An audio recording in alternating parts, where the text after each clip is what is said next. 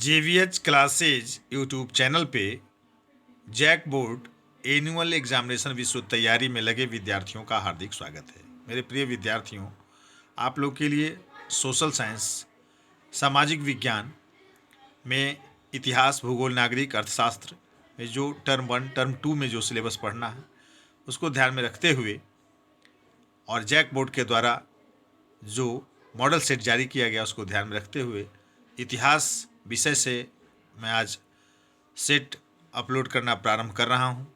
आप लोग इस चैनल को सब्सक्राइब कर लेंगे, अधिक से अधिक विद्यार्थियों तक शेयर कर देंगे ताकि इस समय जुड़कर वह भी अपने तैयारी को पूर्णता की ओर ले चलेंगे। तो सबसे पहले आप सोशल साइंस में इतिहास विषय का पहला चैप्टर यूरोप में राष्ट्रवाद का उदय चैप्टर से मॉडल सेट जो जैक के द्वारा जारी किया गया इसको ध्यान रखते हुए वस्तुनिष्ठ प्रश्नोत्तरी 2 अंक स्तरीय, 3 अंक स्तरीय और 5 अंक स्तरीय प्रश्नोत्तरी लेकर आप लोग के बीच में उपस्थित हूं। तो आइए आप देखें। प्रश्न संख्या 1, राष्ट्रवाद की पहली स्पष्ट अभिव्यक्ति किस क्रांति से हुई है? तो आप उत्तर लिखेंगे फ्रांसीसी क्रांति से। 4 ऑप्शन रहेंगे, उसमें से आप जो सही ऑप्शन होगा उस पर टिक करेंगे और उस गोले को काला करना होगा OMR शीट में, वैसा आप करेंगे। तो सही उत्तर है फ्रांसीसी क्रांति। दूसरा प्रश्न देखिए, फ्रांस में राजतंत्र वापस लाकर किसने निस्संदेह प्रजातंत्र को नष्ट किया? सही उत्तर होगा नेपोलियन। तीसरा प्रश्न, इंग्लैंड में औद्योगिकरण कब हुआ? तो इंग्लैंड में औद्योगिकरण 18वीं सदी के दूसरे भाग में शुरू हुआ। चौथा प्रश्न, नेपोलियन की हार कब हुई? तो 1815 ईस्वी में। यहां आप देखें कि 1815 की वियना सम्मेलन की मेजबानी किसने की? 4 ऑप्शन है, इसमें सही उत्तर है पहला ऑप्शन मेटरनिख। आप नोट्स बना लेंगे, जिस प्रकार से मैं नोट्स बनाए हूं आप इसे नोट्स बना लेंगे और तैयारी को पूर्णता की ओर ले चलेंगे। प्रश्न संख्या 6, यह किसका कथन है कि जब फ्रांस सीखता है तो बाकी लोग को सर्दी जुकाम हो जाता है? सही उत्तर दूसरा ऑप्शन मेटरनिख का। 7वां प्रश्न, 1832 की किस संधि ने यूनान को एक स्वतंत्र राष्ट्र की मान्यता दी? सही उत्तर होगा तीसरा ऑप्शन कुस्तुनतुनिया की संधि। 8वां प्रश्न, किस भाषा को रूसी प्रभुत्व के विरुद्ध संघर्ष के प्रतीक के रूप में देखी जाने लगी थी? सही उत्तर होगा पोलिश भाषा। 9वां प्रश्न, जर्मनी का एकीकरण किसने किया? सही उत्तर दूसरा ऑप्शन बिस्मार्क ने। क्वेश्चन नंबर 10, 1871 ईस्वी में वर्साय में प्रसा के किस राजा को जर्मनी का सम्राट घोषित किया गया था? सही उत्तर चौथा ऑप्शन है विलियम प्रथम। 19वीं सदी के मध्य में इटली कितने राज्यों में बटा हुआ था? सही उत्तर होगा 7 राज्यों में। और प्रश्न संख्या 12 देखें, यंग इटली नामक संगठन किसने बनाया? सही उत्तर होगा पहला ऑप्शन मेथ्सनी ने।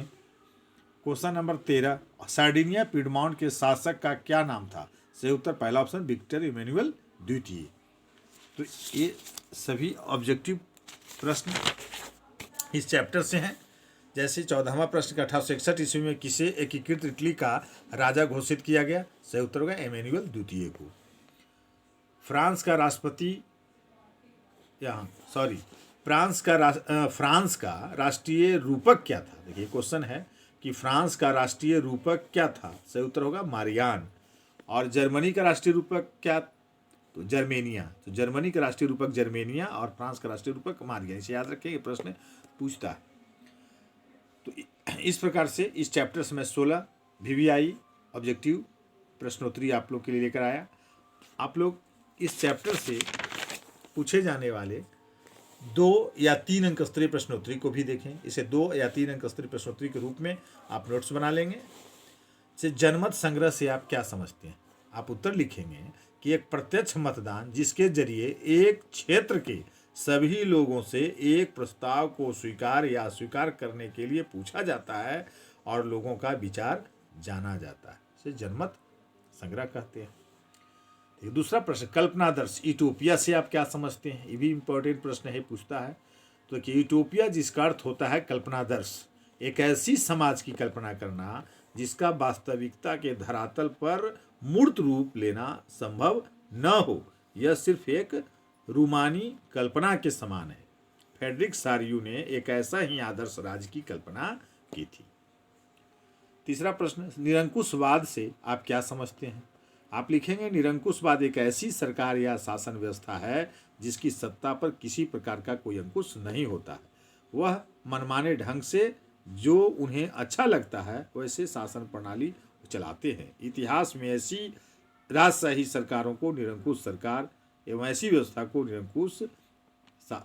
निरंकुशवाद कहते हैं। चौथा प्रश्न देखें, उदारवादी राष्ट्रवाद के क्या मायने थे? आप लिखेंगे 19वीं सदी के शुरुआती दशकों में राष्ट्रीय एकता से संबंधित विचार उदारवाद से जुड़ा था। उदारवाद यानी लिबरलिज्म शब्द लातीन भाषा के मूल लीबर पर आधारित था, जिसका अर्थ है आज़ाद। नए मध्यम वर्ग के लिए उदारवाद का मतलब था अभिव्यक्ति के लिए आज़ादी और कानून के समझ सबकी बराबरी। क्वेश्चन नंबर 5 देखें, ये 2 या 3 अंक स्तरीय प्रश्नोत्तरी के रूप में आप नोट्स बनाएंगे इस चैप्टर से। 1815 के बाद एक नया रूढ़िवाद से आप क्या समझते हैं? तो आप लिखेंगे 1815 इसमें नेपोलियन की हार के बाद यूरोपीय सरकारें रूढ़िवाद की भावना से प्रेरित थी। रूढ़िवाद मानते थे कि राज्य और समाज की स्थापना पारंपरिक संस्थाएं जैसे राजतंत्र, चर्च, सामाजिक ऊंच नीच, संपत्ति और परिवार को बनाए रखना चाहिए। फिर भी अधिकतर रूढ़िवादी लोग क्रांति से पहले के दौर में वापसी नहीं चाहते थे। छठा प्रश्न, निर्जातीय से आप क्या समझते हैं? तो एक साझा नस्ली जनजातीय या सांस्कृतिक उद्गम अथवा पृष्ठभूमि जिसे कोई समुदाय अपनी पहचान मानता है।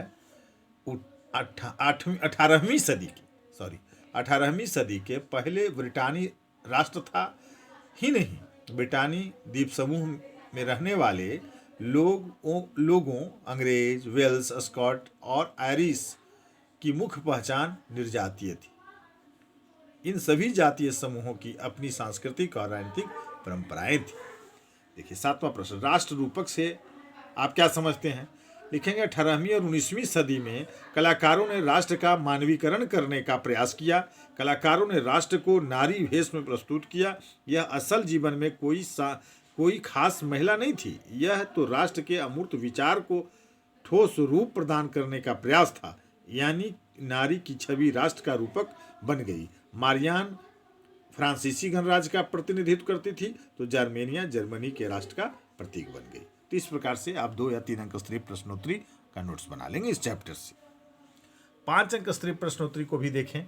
आपकी सुविधा के लिए मैं 5 अंक स्तरीय प्रश्नोत्तरी भी का नोट्स बना दिया हूं, आप इसे नोट कर लेंगे। जैसे मारियान और जर्मेनिया कौन थे, जिस तरह उन्हें चित्रित किया गया उसका क्या महत्व था? देखिए आप उत्तर लिखेंगे कि किसी शासक को एक चित्र या मूर्ति के रूप में अभिव्यक्त करना आसान है, किंतु एक राष्ट्र को चेहरा देना मुश्किल जरूर होता है, क्योंकि यह सर्वमान्य होना चाहिए। यह एक रूपक के रूप में ही हो सकता है। 18वीं और 19वीं सदी में कलाकारों ने राष्ट्र का मानवीकरण करके इस प्रश्न को हल किया। कलाकारों के द्वारा यह प्रयास किया गया कि राष्ट्र को नारी भेष में प्रस्तुत किया जाए। राष्ट्र को जिस नारी रूप को चुना गया वह असल जीवन में कोई खास महिला नहीं थी, यह राष्ट्र का एक ऐसा रूपक था जो राष्ट्र के अमूर्त विचार को ठोस रूप प्रदान करने का प्रयास था। मारियान फ्रांस में लोकप्रिय ईसाई नाम पर राष्ट्र रूपक के रूप में रेखांकित किया। उसी तरह जर्मेनिया जर्मन राष्ट्र का रूपक के रूप में चित्रित किया गया। जर्मेनिया बलूत वृक्ष के पत्तों का मुकुट पहनती है, यह बलूत वीरता का प्रतीक है। तो जिस तरह से मारियान और जर्मेनिया को चित्रित किया गया उसका महत्व निम्न है। तो उसका महत्व को आप पॉइंट में लिख देंगे। जैसे पहला, राष्ट्र का प्रतीक, तो आप लिखेंगे मारियान को फ्रांस का तथा जर्मेनिया को राष्ट्र रूपक के रूप में कलाकारों द्वारा रेखांकित किया गया, और इसको देखते ही राष्ट्रीय प्रतीक की भावना व्यक्ति के मन में आ जाती है। इसको राष्ट्र रूपक के रूप में लोग श्रद्धा भाव से पूछते हैं, देखते हैं। तो इस प्रकार जो आप इस प्रश्न को ध्यान में जब रखेंगे कि मारियान और जर्मेनिया कौन था और जिस तरह उन्हें चित्रित किया गया तो उसका क्या महत्व है, तो महत्व को आप पॉइंट में लिखना शुरू करेंगे। तो पहला पॉइंट देंगे राष्ट्र का प्रतीक के रूप में। दूसरा महत्व है एकता की भावना। मारियान और जर्मेनिया को राष्ट्र रूपक के रूप में रेखांकित करने से लोगों में एकता की भावना पनपने लगी और वह अपनी स्वतंत्रता की देवी तथा राष्ट्र का नारी के रूप में आस्था और विश्वास रखने लगे। एकता एवं अखंडता को बचाने का प्रयास मन में लोग रखने लगे। तीसरा पॉइंट देखेंगे, देश के प्रति त्याग और समर्पण। देखिए, मारियान और जर्मेनिया को जिस राष्ट्र रूपक के रूप में रेखांकित किया गया, यह क्रमशः फ्रांस एवं जर्मनी में रहने वाले लोगों में देश के प्रति त्याग और समर्पण की भावना के लिए प्रोत्साहित करता है और देश की आस्था और विश्वास को बढ़ाता है। तो इस प्रकार से मैं नोट्स बना दिया हूँ। ये 5 अंक स्तरीय, देखिए इस चैप्टर से 5 अंक स्तरीय प्रश्न है। जर्मन एकीकरण की प्रक्रिया को संक्षेप में वर्णन करें। ये प्रश्न आ सकते हैं 5 नंबर में, इसे भी आप देख लेंगे।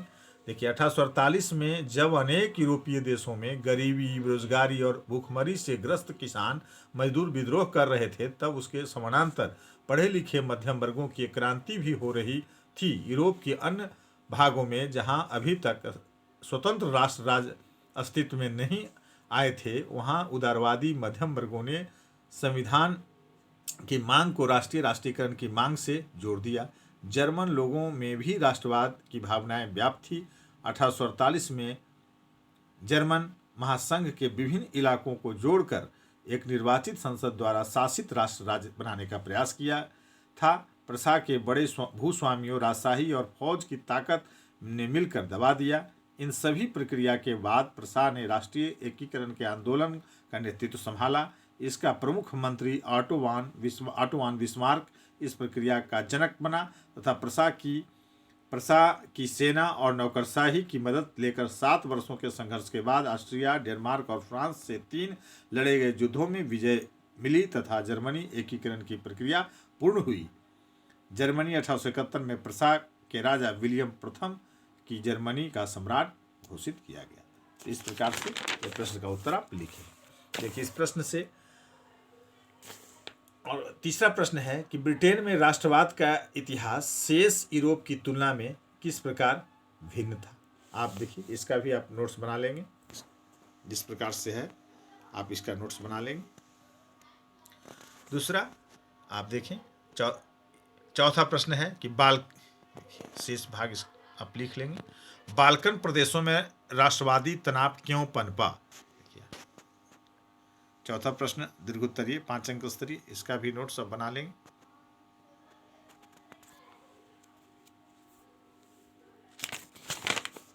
और इस चैप्टर से मैं 5 प्रश्न गेस किया, इसका नोट्स आप बना लेंगे।